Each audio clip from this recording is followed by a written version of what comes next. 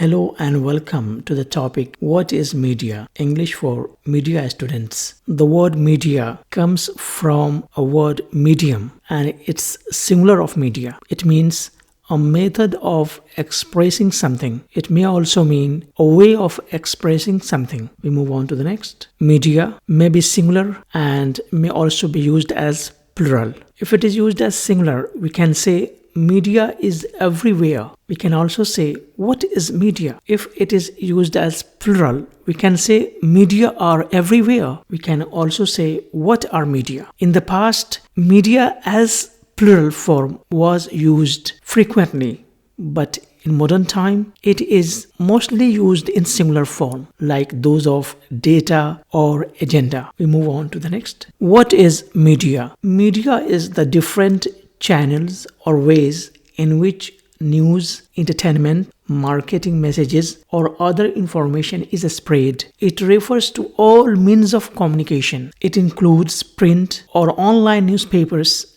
and magazines, television, radio, billboards, telephone, internet, fax, and billboards. Hope you understand the concept. Thank you and goodbye.